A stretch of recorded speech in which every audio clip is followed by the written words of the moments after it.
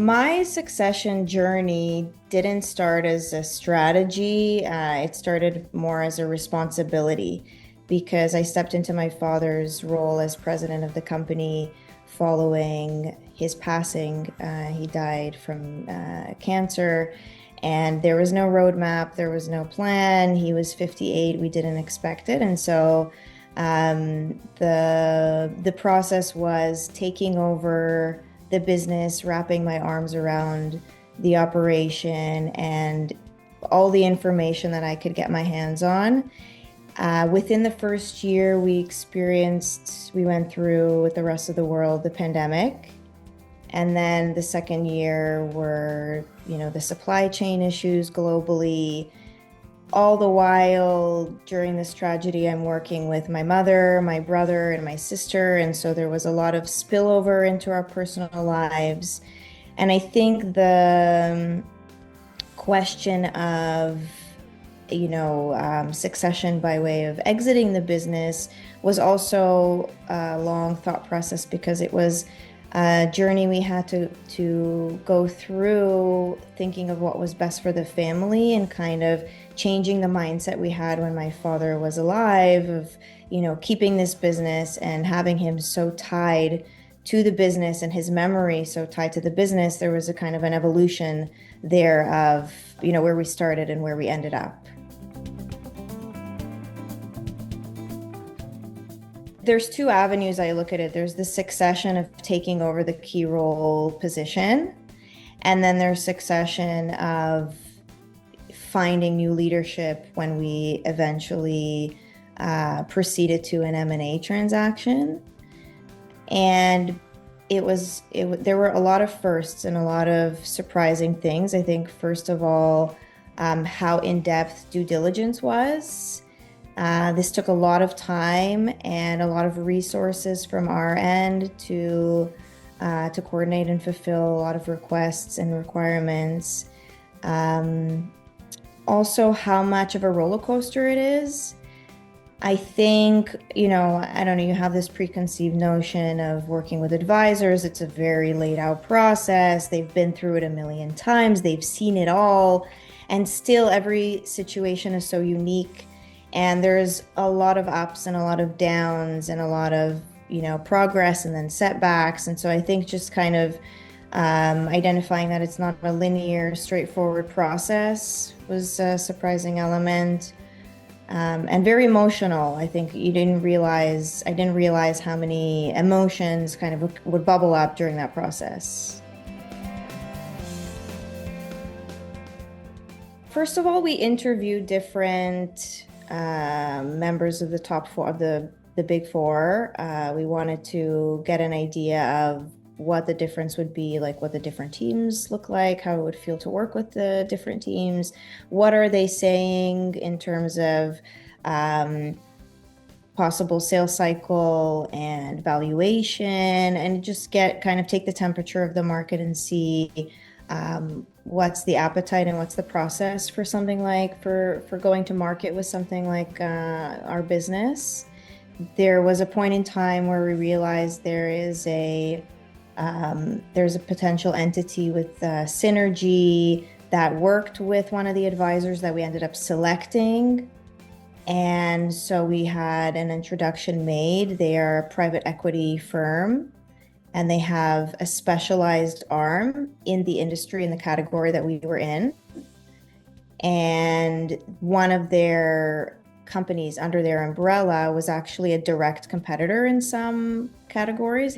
And so that kind of sparked a conversation with them, and it progressed almost exclusively with them for the remainder of the process. And I think that's also a learning that I had, is when you're dealing with a competitor, it's walking much more of a tightrope. I think the deeper in the process you get, the more that is exposed, the more you are kind of committed to the process and the more vulnerable you are.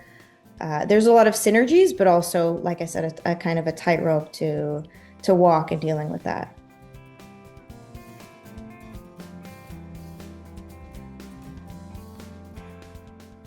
So when we were interviewing advisors, the direction was an EBITDA multiplier. That was kind of the valuation methodology. And at first, they prepared a SIM, which is quite standard. And then once we had a more serious party buyer to speak with, engage in a process, it was a series of conversations, introductions. Some were general, some were like agenda specific based on certain questions that they had, and developing the structure of the deal. So, what are the buckets of value? How is that distributed?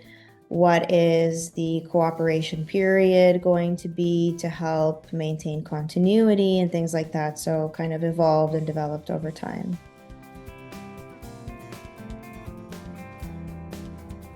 We did a share sale. We also owned the real estate of the property that the company was operating out of, and we retained that as a standalone post deal. And so that, also added a layer of, I think, additional kind of alignment and complexity in closing things up.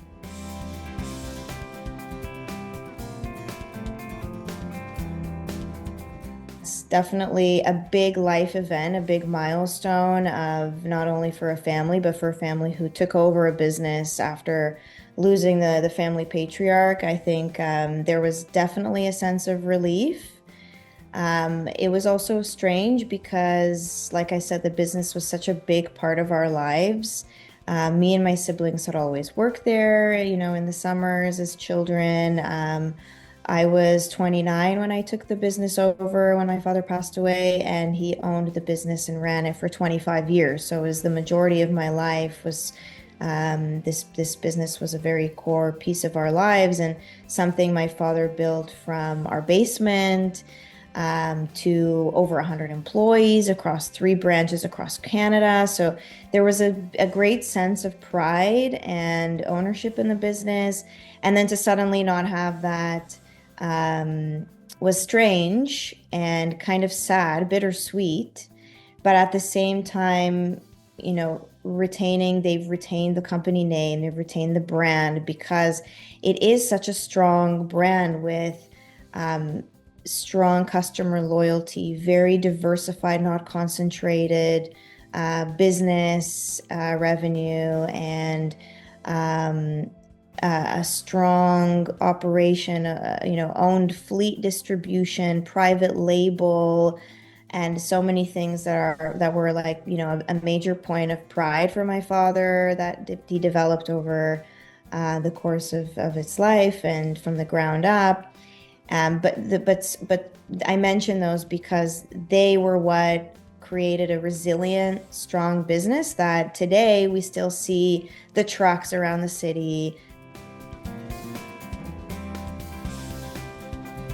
We did stay on for a period, relatively short period, after to kind of help hand things over and have continuity. And it was important for us in the business, and if we are going to sell, that we still have some sort of stake and involvement. And so part of the deal structure was equity in the private equity firm. And so we still have a vested interest in the overall performance and company and umbrella company. And so that leaves us as a board member. And like I said, we own the building that they operate of. So we are their landlord today. And so we're still, up to date and vested in the interest and performance of the company. But we are no longer involved operationally or on the day-to-day. And as a result, I have taken, my direction is now to help other business owners like my father or next generation folks like myself find their way, create a strategy early on so that you're not facing it in a high stakes, high emotional period of time, and plan accordingly ahead of time. I think if you've built something worth saving, worth protecting, it's never too early to start data collection mode and just, have more options than fewer options. It really comes down to that. I think it's a process, and so it's not something that you can, quickly plan or think about or achieve. So you might as well start on data collection mode. There's so many people, peers, advisors to speak with. I think if we had, for example, in our situation, evaluation that was done, having an external benchmark in a neutral period that is not clouded by a sudden change in leadership and a pandemic, market changes and things like that, would have been so valuable and strong for us to leverage and just have, as yeah, leverage and power. And so knowledge is power, and it's never a good time to delay and have those things take place, like I said, in a high turbulence, high stakes situation. So preparing for that in advance, knowing, what you're sitting on, knowing what your market is, knowing what options you will have is immensely valuable, whether it's for you or for the people who will be dealing with the succession conversation, as a kind of cautionary tale that we managed to steer and navigate into a positive success story. Still has so many lessons and learnings, like you said, emotional and not, but just from a practicality perspective is, gathering information and knowing exactly what your options are.